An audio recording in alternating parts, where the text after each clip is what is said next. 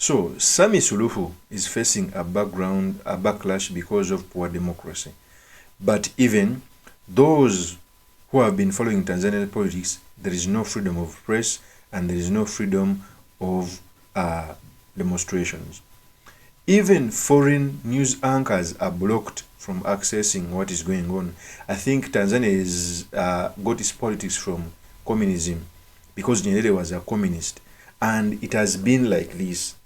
Okay, time has come for countries to ease democracy and freedom of speech, because now our world is becoming a global place. Internet is connecting a lot of people.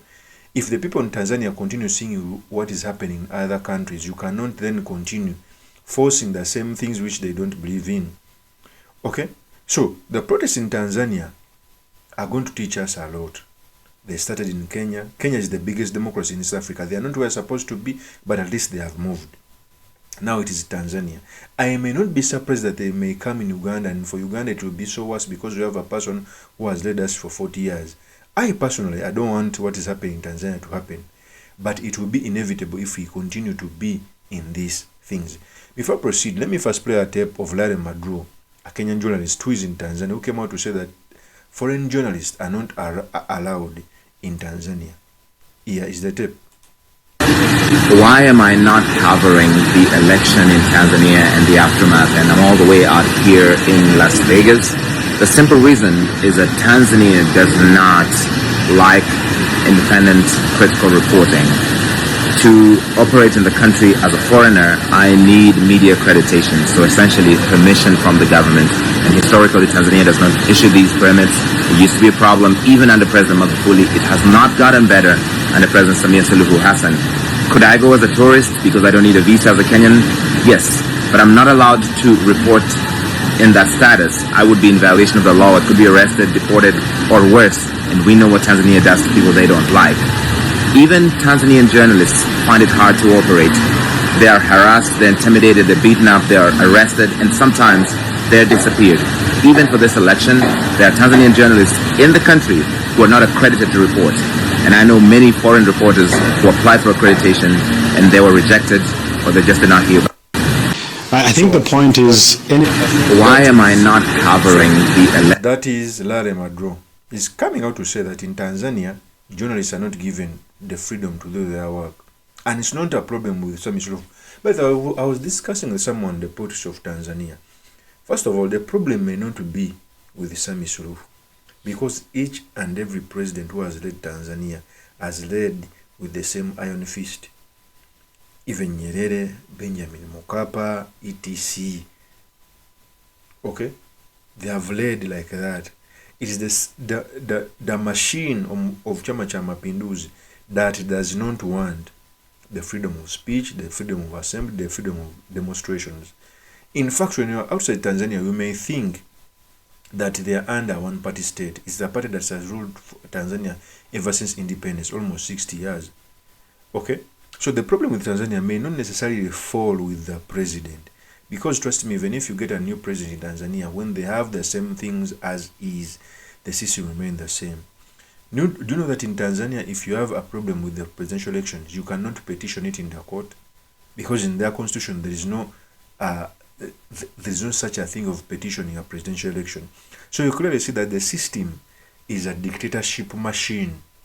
So however much you give it a good leader, it will still produce the same results. In fact, the Tanzanian people should ask for reforms, both in the constitution, etc. Because that's how they ask for reforms. Other than that, things are going to remain the same. And also, Kenyan people, by the way, went on the streets between the borders. They wanted to help Tanzania how to demonstrate. You all know that Kenya is a big brother when it comes to demonstrations. They know how to handle demonstrations. They have experience, because at least in their country, the freedom of demonstrating is much better than any other African countries. In fact, here the Kenyans, as they were asking the Tanzanians to help them, to accept them demonstrate in their countries.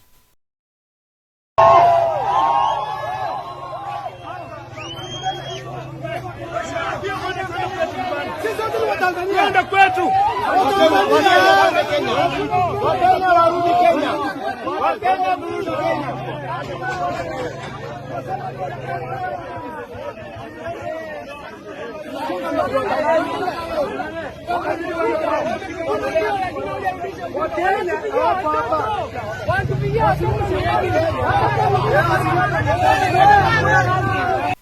Those are the Kenyans. In fact, Kenya is teaching other countries how to do democracy. And for those who are forgetting, Kenya has always been at the backdrop of cleaning democracy in the East African countries. Even in the civil war that happened in Uganda, Museveni had to meet Obote's men in Nairobi. So Kenya has been a big brother in working for democracy. The Interior, the permanent secretaries of the Ministry of Interior, when asked about the Kenyans wanted to go to Tanzania so that he can demonstrate, he said these statements. I think the point is anything that is outside the law on the Kenyan side, we definitely will do what the law allows us to do. And also just to take the opportunity to appeal to anyone not to take the law into their hands and just do what is expected. Our officers are competent enough to deal with any situations.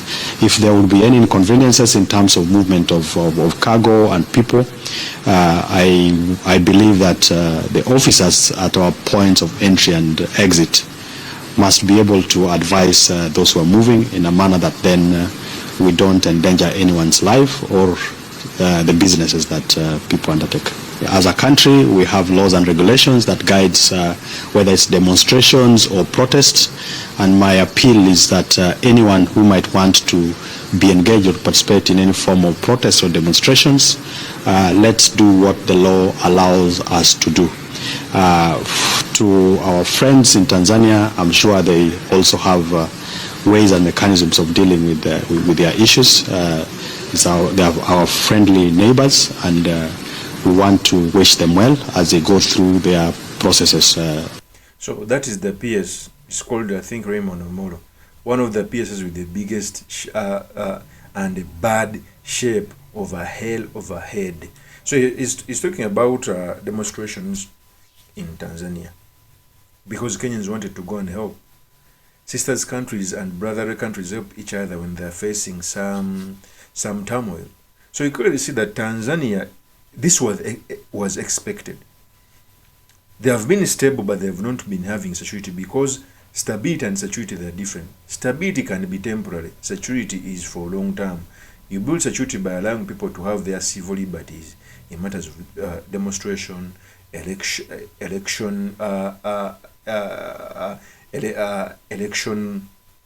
good practices, okay, etc.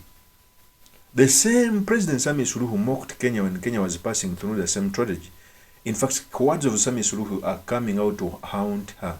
He said these statements. Here's the mfano, nilikuwa namsikiliza mkurugenzi wa kituo cha uwekezaji Tanzania anahojiwa kwenye TV, akasema mwezi Mei na Juni tumepokea wawekezaji kiasi ambacho hatujawahi kupokea, wengi mno, na thamani ya miradi iliyokuja ni hii. Lakini ukitizama sababu ni nini? Sababu ni kwamba kwa jirani kuna waka moto na mwekezaji hakai kuna kwa waka moto, wanakimbia wanakuja zao kwenye amani na utulivu. Much later.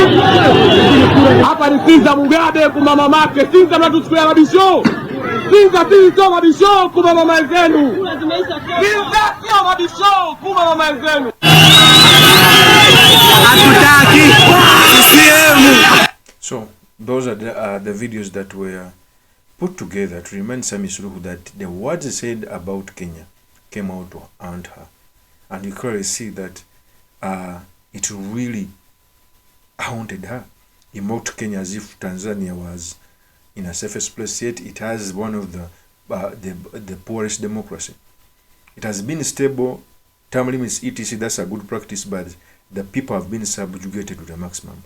And when people come out to the streets to riot, it's not business as usual. Okay? And I think these things must teach Tanzania to do reforms. Because even if they don't come out to do reforms, the next time when people rise up, it will be even worse. Of course, as my opinion remains yours truly, Mr. Makindi, Kabir Sulaiman Mawagwe, the next MP for Makindi constituency. I'll see you on another one. Peace.